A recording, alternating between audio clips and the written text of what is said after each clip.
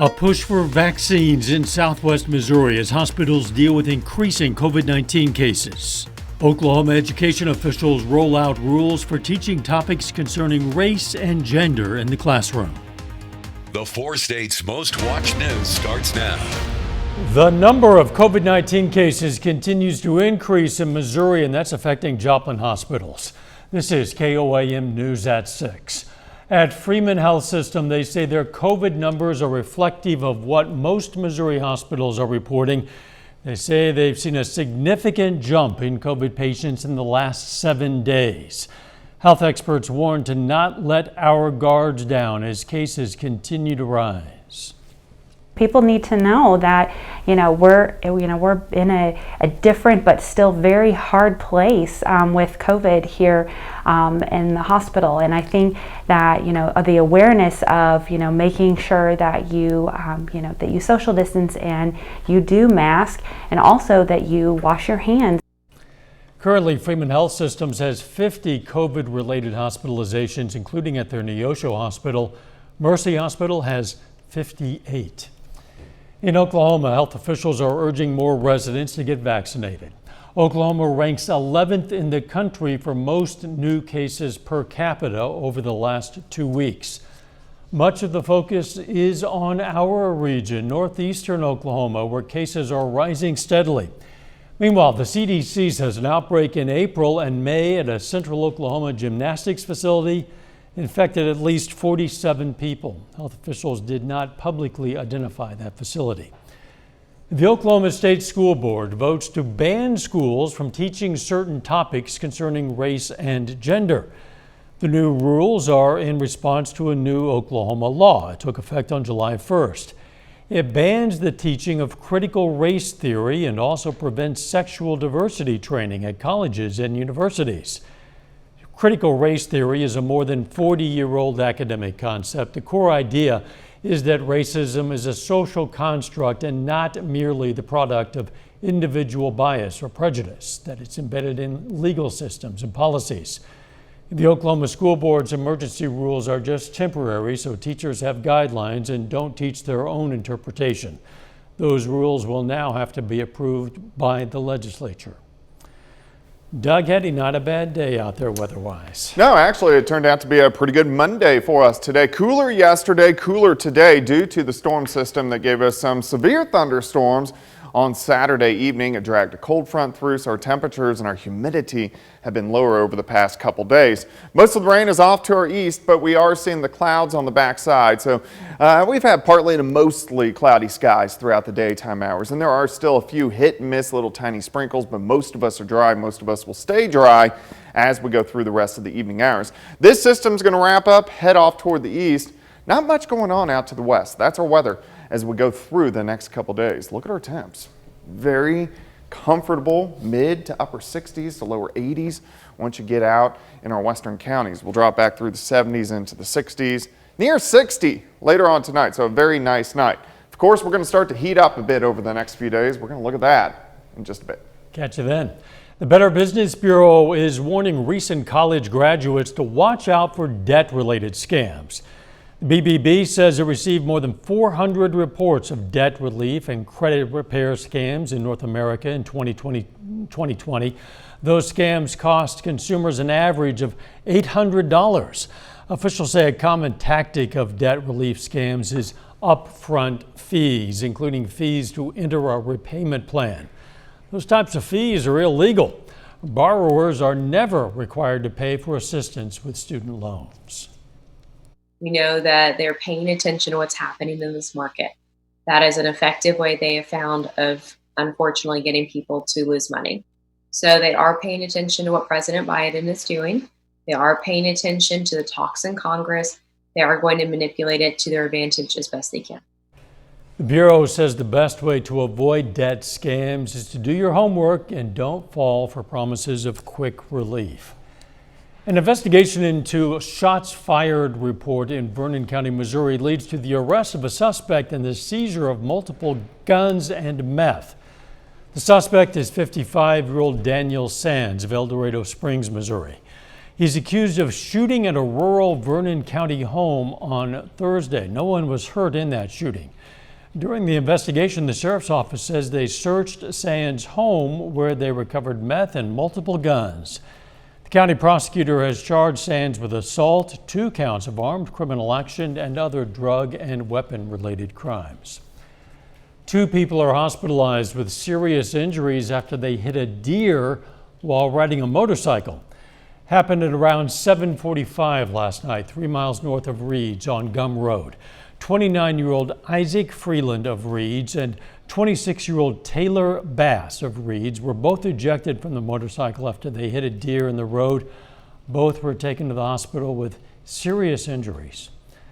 Some southeast Kansas drivers faced some traffic changes after a truck tipped over on the highway. Happened at the intersection of K3 and K39 near Uniontown. The truck carrying grain tipped over, reducing traffic on the highway to 1 lane. No word yet on whether anyone was hurt. Still ahead, some Southwest Missouri cheerleaders get some tips from one of the best in the world. And budding engineers get a lesson in robotics in Pittsburgh. Gabby Butler is a 2-time world champion cheerleader. She's been featured on Netflix, Nightline, and YouTube. A pretty impressive resume. And now Butler is adding mentor to her list of accomplishments. She visited SWX Athletics in Webb City today to show the next generation a thing or two. KOAM photojournalist Ty Parks was there. 1, 2, 3, snap, 5, 7, 8, 1, 2, 3, 5. We've had the opportunity for many years to bring Gabby and other world champion athletes to our gym. We are fortunate enough, one of our coaches is of that capacity, of that level. And we felt with having someone in-house that is of that level, bringing one of her friends in to see kind of what they've trained. Alert 4, 5, touch 6, 7, up 8. Everybody practice that, go. The main thing that I look for is hard work. If you have a kid that's driven, there's nothing they can't do.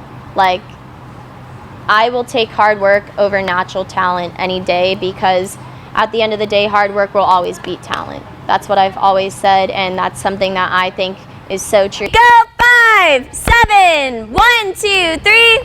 Well, first I did dance, and then I saw people lifting people up, so I was like, why? I know how to do dance, so why can't I just do cheer?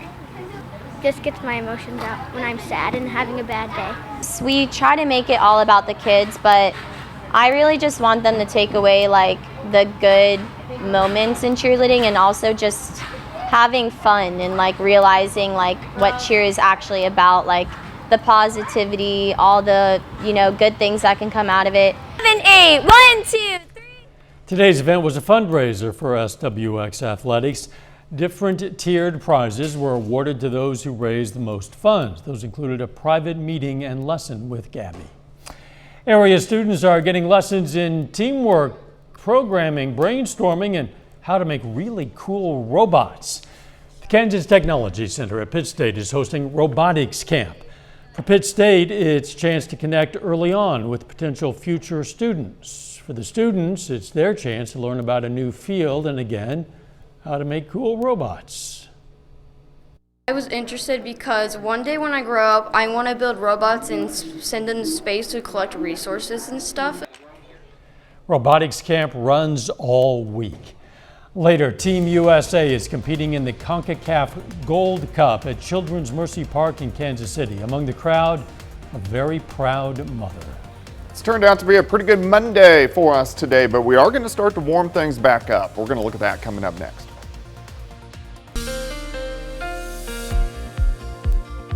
It's definitely turned out to be a pretty good Monday for us today. After the storm system we saw over the weekend, it cooled us down, dropped our humidity, and gave us some showers, some thunderstorms, especially Saturday evening, Saturday night, and then just kind of hit and miss scattered thunderstorms yesterday and a few random showers today. Only 1/100th of an inch in the rain bucket today, but for the month we're sitting just shy of an inch. Of course, it depends on where you live. Some areas much higher than that, some areas lower than that, just due to this time of the year. Most of our storms are very scattered. But look at July so far.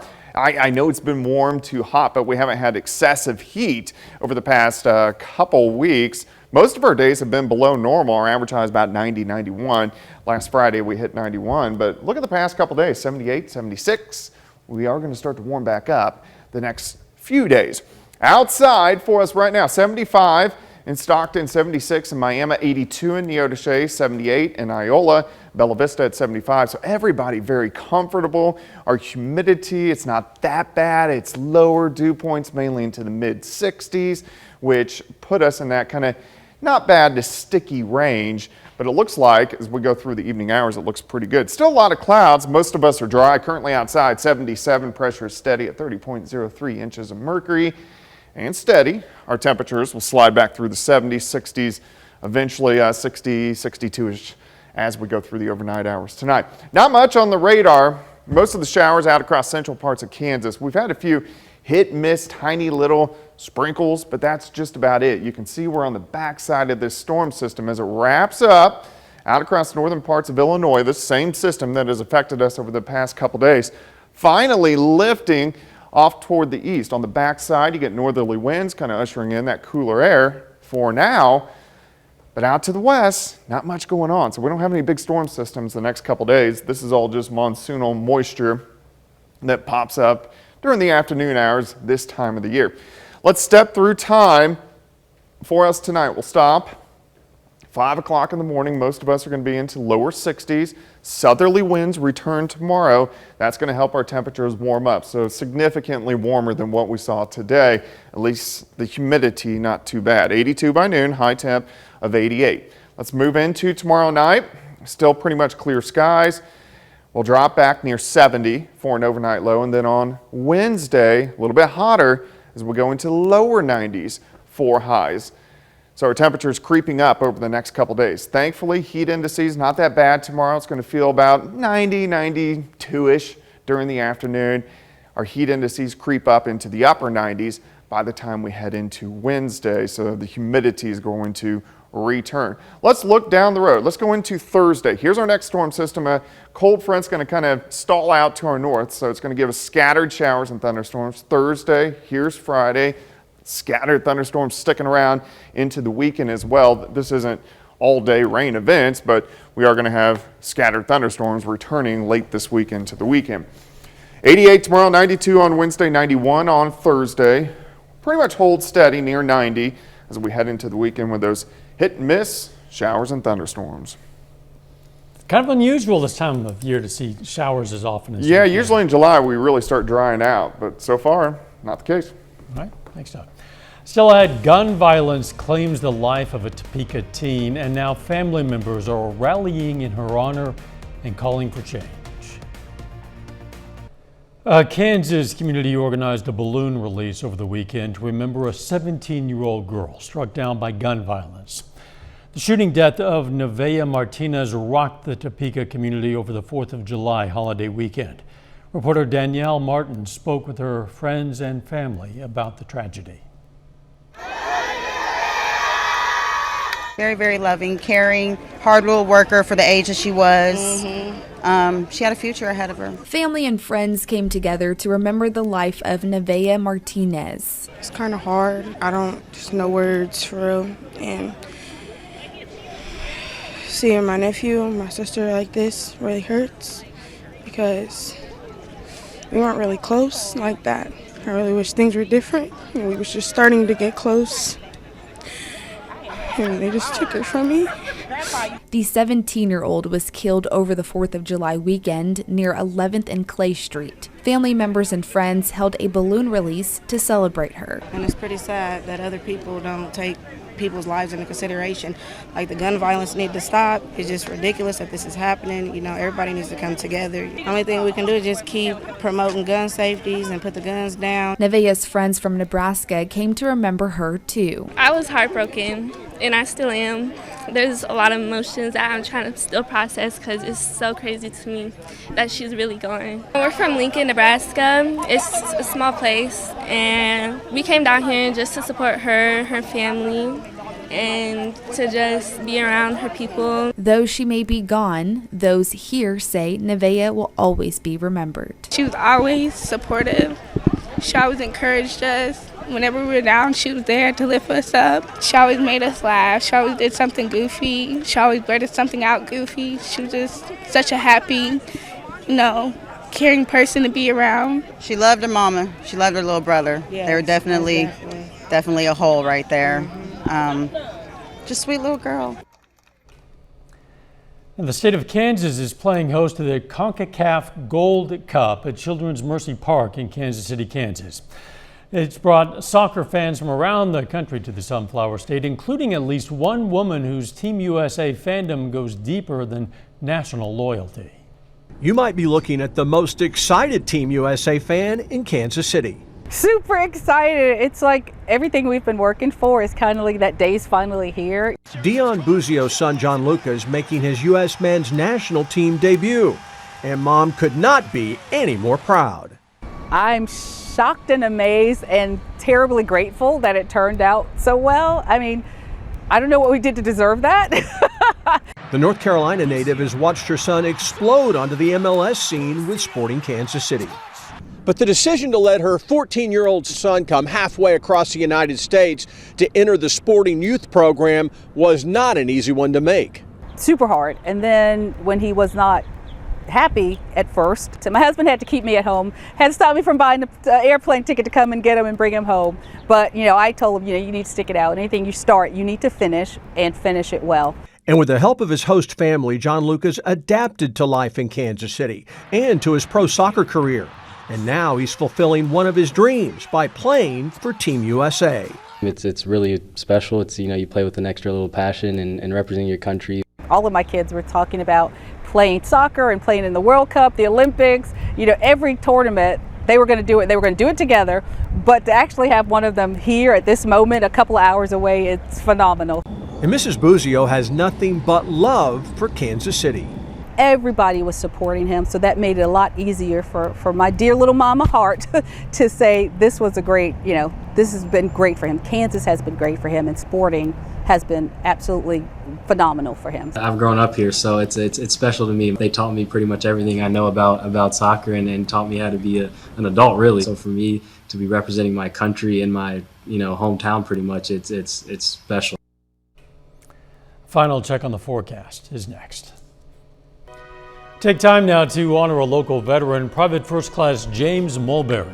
The Parsons, Kansas native served in the U.S. Army, and we are proud to salute Private First Class James Mulberry. He's tonight's four-state hero. Of course, you can learn about lots of other heroes from all across this area.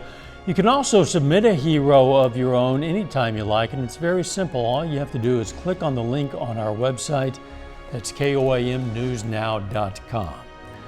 Jordan Abbey joins us now with a look at what's coming up tonight on KOAM News at 9 on Fox 14.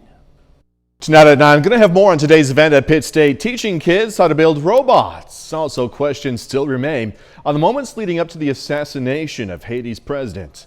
And it seems bachelor and bachelorette parties last longer now than they did before the pandemic. That, of course, much more coming our way tonight. KOAM News at 9 on Fox 14. Jordan, thanks. Not a bad day out there, right? No, it actually felt very good. Temperatures mainly into the upper 70s for highs. We're going to tack on about 10 degrees tomorrow. 88 for a high. Still the humidity not that bad. 92 though. Humidity starts to come back on Wednesday, meaning it's going to feel kind of muggy and soupy out there. Thunderstorm chances, at least scattered thunderstorms again late this week and then into the weekend. I guess by late this week or in the weekend, we'll be about ready for some more. Probably. Thanks for joining us. We'll see you right back here for KOAM News at 10. In the meantime, let's make it a great evening.